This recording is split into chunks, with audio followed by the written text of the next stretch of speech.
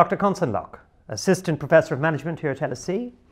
You say in your work that those companies, organizations that have 30% more women at the top, you say, improves the finances, it means there's better governance, there's less bankruptcy, and nirvana of capitalist success. But, of course, this isn't the case in the vast majority of companies. So what's going wrong? Is it that capitalism doesn't know what's good for it? Is it some sort of male misogynistic bonding? Is it just mates like mates and to hell with the balance sheet?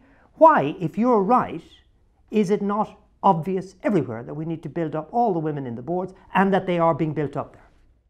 Well, first of all, not everyone believes the data. People have their own views about this, and people have very biased views about this. I think we have to look back at the way business has evolved over time, which is that it's been largely a male arena, and women have had a certain role in the household. And so women coming into the workforce is relatively recent. And now when we find out that if you have 30% or more at the top levels, it's good for the organization, some people resist that information. So they say it's not really information at all. It's not data. It's just made up by this feminist lobby. Yeah. Do you get any of that in academic life? Yeah, absolutely. You would be surprised at the amount of resistance that you get from very well-educated people who just say, no, there must be some other reason. You're not looking at the data correctly.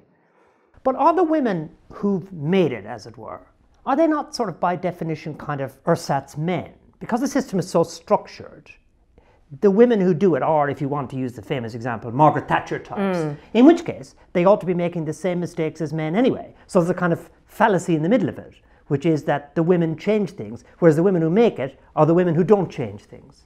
There are two issues there. One is evolution, and the other is balance. So the first thing about evolution is that over time you'll see a change. So business has been very male, so that women coming into that male environment have to be somewhat male in order to get accepted. And you saw this 20, 30 years ago. Now you're seeing less and less of that.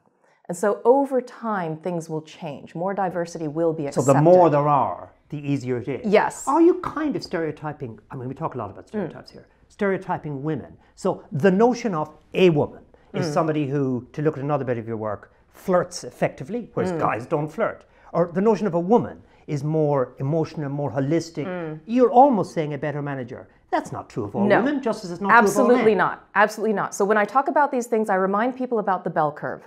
When you talk about people and psychology, it's always a bell curve. So if you think of two bell curves, there's a male bell curve and a female bell curve. So on average, men are taller than women.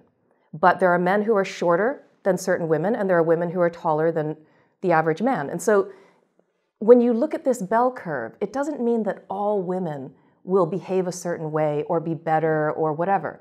It just means you have to give people a chance. And the more diversity there is in the workforce, I think this is the effect we're seeing. It's not so much about men and women. It's really about diversity. It's having different views, people who come from a different perspective. But not just diversity, there has to be numbers, doesn't there? That's what it seems to me to come through. Having a token doesn't make a difference. Because the token will be the honorary man or whatever it is. So you need this kind of strength and diversity. Exactly. Does flirting work? I thought your arguments were ambiguous. On the one hand, you're saying it's a kind of technique. Yes. On the other hand, you're saying the people who engage in flirting lack authority. What struck me is authority is quite important for success. Which is it? Yeah.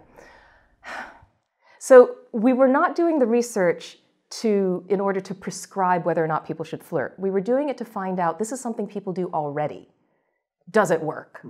And so it was that type of question. And what we found was sometimes yes and sometimes no. It depends, as with all of these questions. Back to your bell curve. Guys can flirt with guys, women can flirt with women. Flirting isn't just a sort of driven heterosexual activity. It's about charm, isn't it? Exactly. So you have to be good at it. But the key that we found was there's flirting where you appear very friendly and warm, and there's flirting where you're really looking out for yourself. You're being assertive, but in a kind of flirty way. It's the second one that works in negotiations. The first one doesn't work because you're a pushover. And that's open to all gender, as it were. Exactly. If you were called in, you won't be called in, you might have been called in by the president or director of LSE, and he says, gosh, you know, tell me about leadership.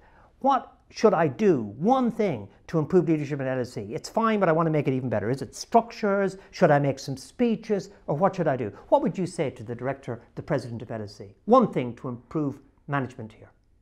Leaders need flexibility. They need to have a sensitivity to the situation that they're in and the flexibility to adjust to that situation. There is no one size fits all when it comes to leadership. So it's not go get some more women into the leadership team. Not necessarily. I mean, yes, you need diversity, but you need to look at the situation and you need to understand the demands of the situation. Connson Locke, thank you very much for subjecting yourself to a Gearty Grilling. Thank you. Phew.